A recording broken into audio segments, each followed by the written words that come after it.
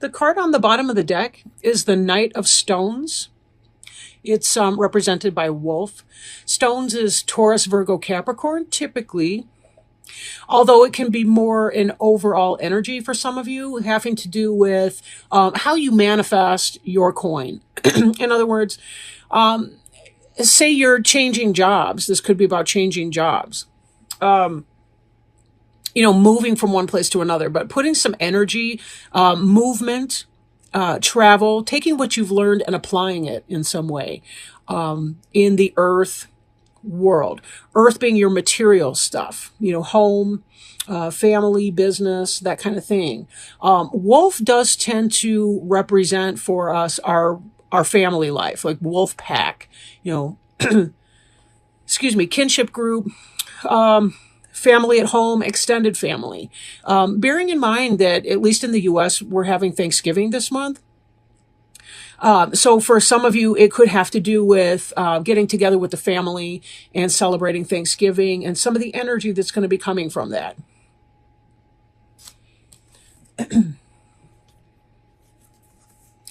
Now, looking at something in your recent past, or it could be the present tense, but that is moving into your recent past, we have the Four of Arrows, which is rest, bodily rest, mental rest, just kind of taking some time out. Maybe some of you are having a 4-day weekend if you have Thanksgiving and Black Friday off, but taking some time to meditate and rest, relax, kind of withdraw from things.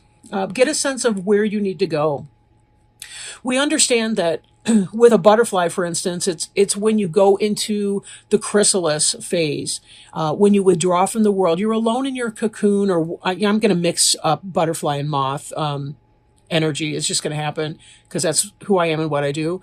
But so imagine that you're kind of in that chrysalis metamorphosis stage. You've wrapped yourself with this silky crap or whatever, and now you're withdrawing from the world. There's a great deal of change. Metamorphosis that's going on behind the scenes. And this is kind of you when you withdraw from things and take that time out and do some self-care, some rest, some relaxation. And then when you emerge, you have a better sense of what it is that you need in order for your ideas, your dreams to take flight. This is about refocusing and taking the time that you need, taking time out to be able to do that. So let's bring on board our next card that we see here, the Eight of Wands. Eight of Wands is hearth fire. For some, this could be physical symptoms like heart issues. It could be heartburn. The hearth is the center of the home and the family. For those of you that are in good health, positive health, hearth fire is about communication and lots of communication coming in. It's about travel. It's about the things that the family centers around for warmth, literally, physically, symbolically, right? Going into that time of rest, spending time with the people that you love the most, right? Your home and your hearth fire people, your kinship group, your wolf pack. Now, some of the things that may come up for you when you're in this experience of rest or meditation, you may identify some areas which you need to clear. And so that's going to be consuming your thoughts a little bit. We have to be able to clear things out in order for new things to come in. I heard it put by another reader that if you are ordering, say, a new couch, you have to get rid of the old couch before you have space for the new one, right? It's that same kind of idea. You can't bring something new on if you are not going to have any space for it. So part of what we do here is we have to clear things. Aside from the damage that's going on in California, a burn, a forest fire, for example, is a great way to clear out old growth and make room for the new. In fact, there are even some plant species, some trees and all the rest, where they need the fire in order to crack open the nut and have the new generation be able to take root and to grow. That's not all of the plant species out that way, of course, but that is a necessary process. In fact, lightning used to start a lot of forest fires, wildfires, and so on. Now, we have human-made stuff, and sometimes we interfere with that process. What used to be a healthy, natural process, now we try to manage because we've got people living there and so on. So part of what you're going to be trying to do in your moment of rest, as you're experiencing all this communication, all this energy, all this travel, all this movement that's going to be coming in, part of what you're going to need to do is, how do I clear this out without burning people? But how do I profess my need for growth? How do I communicate my needs without burning other people? There's a balance to be found in that process. Right. We can say things without being harsh. We can say things in a positive way. It does take tact and skill, of course. And that's part of what this rest period is speaking to, is that, it's cooler minds will prevail is the expression, right? Meaning, keep yourself in check as you're thinking things through. There may be a better way to do it. Sometimes things get kind of chaotic around the holidays, and passions can flare up. Choose your battles. And do we have to win? Sometimes it's about, do I want to win this argument, or do I want to be happy within this? Now, be on the lookout for issues of balance, right? Issues of balance. Some of you may find that you are really feeling at peace with yourself, and this may be in part because of this rest energy that you're having, and being able to take that time to meditate and really connect with your essence. What is the truest piece of you? We have here the element of the sun. We have the yang represented in the white horse, the red horse, the yin. We have the moon element and energy over here. We have a symbolic primordial egg with a fetus or an embryo in it. And the idea is about finding a way to balance opposing forces within yourself, so that you can, let me put it this way. There's a card called the Chariot in other decks. And one of the things is, there's two horses, typically a black and a white horse, or, like this one, a red and a white. And they represent opposing elements, opposing forces within one's own self. And it's about bringing those two together, hitching them to the same wagon, and harnessing those forces to move in a singular purpose or a singular direction, right? A lot of things that we have, for example, are just such socializing influences. There's healthy ways to do things, like say a kid's having anger management problems, you put them into some kind of sport where they can burn off some of their steam. Marriage is a healthy outlet for sexual appetites, right? So there's places we can do, we can take some of our more mysterious sides to ourselves, our shadow side, and we can try to find a way to express that need in a healthy social way. And that's part of what the card of balance teaches us. Now, the card of balance can be likened to yourself, the Gemini, in that here's a person with those conflicting dual natures, the twins, so to speak, more like fraternal twins, a brother and a sister than, identical twins. But it's the same type of energy here, trying to bring that forward, trying to find a balance within yourself that you can move forward in a singular purpose, in spite of the fact that some of you may be experiencing some conflict throughout that. Now, we see here again the same sense of a primordial egg in the moon card, front and center, right? We also see a lot of the wildness of nature. The moon can typically represent deceit, things that are hidden, things that may not be out in the clear, things that are a struggle, right? Things that are a struggle to bring to light.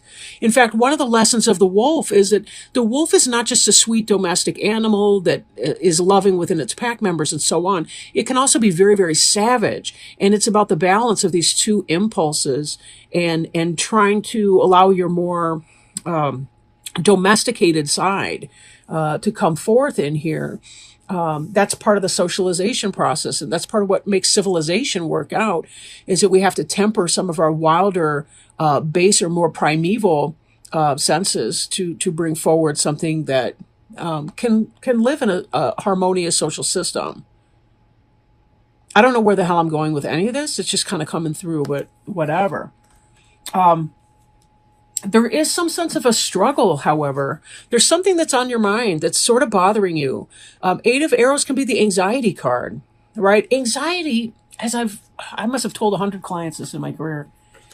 Anxiety has to do with when our thoughts white horse, and our emotions, red horse, are at odds with one another, we tend to, well, oftentimes what can result is an anxious state. Look at the lack of color in the Eight of Arrows card. It's like black or white, whereas the Balance card is so harmonious and so lovely. Balance is also about healing. You'll notice the caduceus that's represented here with the horses, which is an old symbol of healing. But with the Struggle card, this can indicate some level of disconnect from reality, disconnect from self. And when we tie that back with the Moon card, there may be some level of deception, dishonesty, things that are not being said, things that are hidden, and an anxious struggle. If you're acting, if you're behaving or thinking in a way that's at opposing forces to your emotions, it's going to be potentially this anxious state. You know, I think about anxiety and particularly panic attacks in a person when, if you're thinking one way, like I should, to be concrete, I've got clients that are in substance abuse recovery. And one of the things they'll tell me, oh no, I'm not having any cravings for any drugs or alcohol, but the reality is that their biological wiring has changed in their addiction. And on some deeper level, they seriously are craving, but they're in denial about it. They may not even be aware of it themselves. They want recovery intellectually, but yet their biochemical brain is telling them, I gotta have it, right? Opposing forces. So a lot of times they'll be having panic attacks in the middle of nowhere, for seemingly no reason. There could be a trigger, but maybe not. Sometimes it really is just about the biochemistry is kicking out some sense of desperation in hopes that they lose control and use again.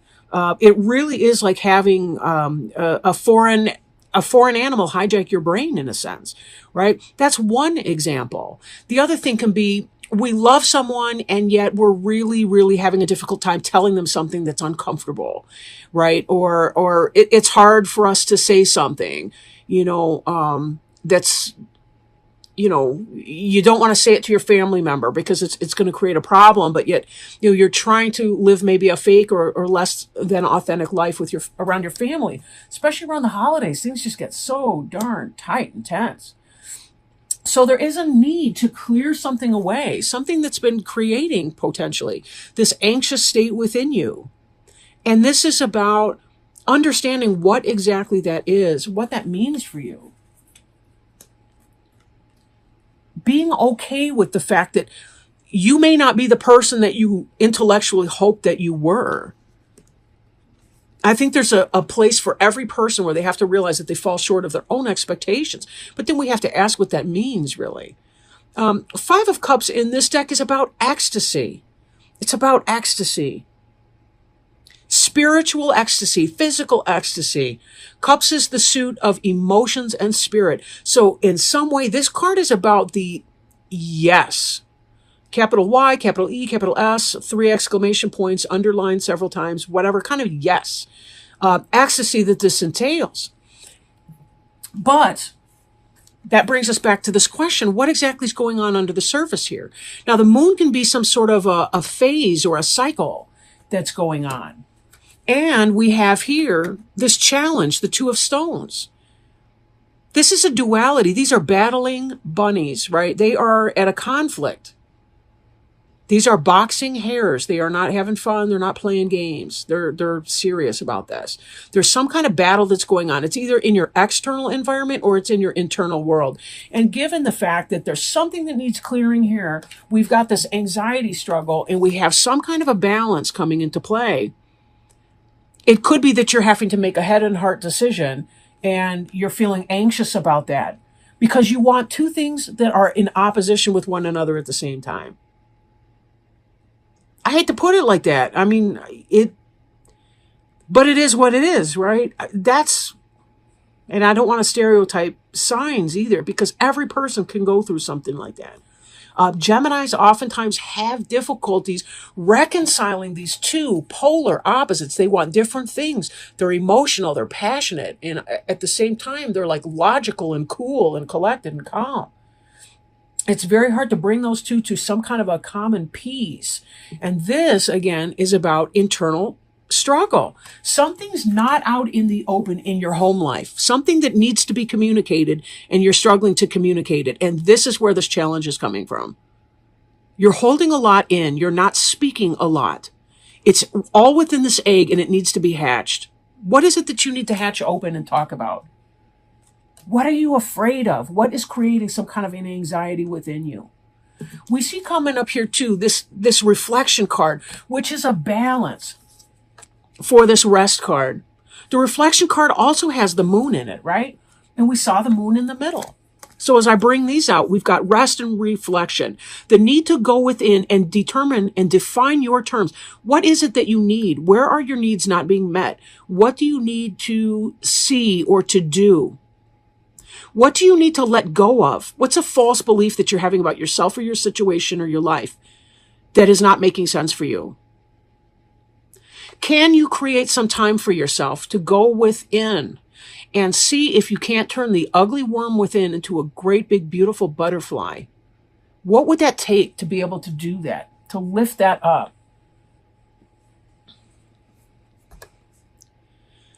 Reflection is like the rest card on steroids. It's about working with the intuitive nature of the self. It's about working with lunar energies, with yin energies, high priestess energies. Reflection, meditation, psychic awareness, intuitive. This is about taking some of the mystery, some of the lack of clarity, sometimes the lunar or the lunatic element out of the moon, reflecting upon it, making it work for you. How can you channel your own personal cup of crazy into something that can be beautiful in your life? It's possible to do this, right? A lot of really great artwork, poetry, novels are written by people that are what they used to call in the olden days lunatics. People with mental illness can make beautiful art. They can have an amazing contribution to society. Now, this doesn't literally mean mental illness per se. This just means there are wild parts of ourselves that are often unacceptable to ourselves, even if it's simply because there's a societal norm or a stereotype or something that we need to reconcile ourselves to, that we fall short of some arbitrary mark, whatever that looks like. Where is your mark? Where is your line? This conflict is affecting you on an internal level. And so you're going to be keeping people at bay over these holidays. You're not going to want to let them in to see that. It's going to affect how you are relating with your pack. What do you need to get rid of? What's causing you anxiety? How can you reconcile those two opposing factors? And taking some time to reflect. Taking time for self-care. You know, I get snappish if I don't have enough self-care. If I don't take time away, I get snappish. And it's not even the person that I'm talking to. It's just that I've had my limit. I've used up my words for the day. Now I need some space. I got to space out, put the headphones on, whatever the hell happens, right? It's a major arcana card, not surprising. And it's called the Hierophant. And the Hierophant was kind of like a high priest. Can represent certain things. Let me read this to you. It's kind of long, but I think it's worth it. Honorable Lord Crane is the ancient symbol of spiritual justice and longevity. It is both a solar symbol and a herald for death. So here, just in the part about solar symbol and herald for death, we see the bringing together of the yin and yang energies, these balanced energies of polarity, right? And let me point out too, because it just now occurred to me, we also see a crane right here. Could be a heron, but it's a wading bird, clearly. Right here in the moon card that's come on board. And we also see it here in this reflection card. Now, this is a heron, this one here, a great heron. But heron and crane are very, very related. Okay, so let me stop interrupting myself rudely and moving on. It is a solar symbol and herald for death. This contrast is significant in that cranes teach the need for both life and death as part of the same process. Oh, and that's that butterfly again, the death of the worm or whatever to become this butterfly. Okay. Crane always heralds the end or change of old ways so that a new expression can be born within them. Being a wading bird, a crane moves between water and the land, earth and sky. Its movement between the worlds, between realms, and between times can help us learn how to draw upon our own innate waters, our intuitive faculty, awakening a freshness within tradition for new growth. In more ancient times, the Hierophants, the priests and priestesses, were schooled in walking between the worlds with all that it implies. Oh, that's that reflection card again. Cranes reveal how past lives affect the present. They reveal how death is just a transition and not an end. They open doors between all worlds, realms, times, and traditions, stimulating new tangible spiritual experiences. Crane always awakens us to the ancient ones, the beings of spirit in the various spiritual realms, including that of the fairy. Now is the time to draw upon ancient teachings and to find ways of re-expressing them within the modern world and within your current life. The crane, because of its link between worlds, awakens past lives, reveals how ancient we truly are, and how the past is affecting our present. It heralds a new understanding of life issues and of sacrifices we have made or are making by revealing our karma and how the laws of spiritual justice are at play within our life. The crane often lays 2 eggs in the wild, but usually only rears one. The parents are very secretive in rearing their vulnerable one. This reflects a need to develop a new sense of protectiveness, a need for secrecy in regards to something being given birth to within our life. In this way, the birth and the ensuing life will be long and productive. Crane reminds us to celebrate our creative resources and to keep them alive, and teach us that through proper focus, that to which we give birth will have a long, honorable life. The reverse crane reminds us that spiritual justice will play itself out within the mundane world, but not necessarily according to how we believe it should. Things will unfold, though, in the time, manner, and means that is best. Appropriate card. I couldn't help but thinking about this moon card when it was talking about the things, secrecy, and the things that we're about to give birth to being kept into some kind of a secrecy.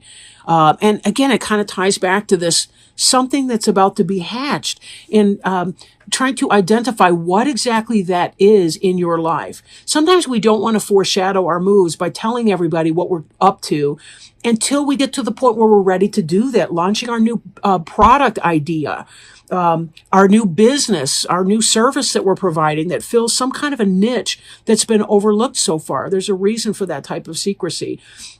So whatever it is that you're doing, be very careful that you're taking time for yourself, doing your self-care, that you are listening to your wisest self, your best impulses, your wisest self, and instead of neglecting or rejecting the parts of you that may not fit somebody else's idea or even your own internalized idea of what you have to be, allowing yourself to celebrate all the parts of yourself, the sunshine parts and the shadow parts alike.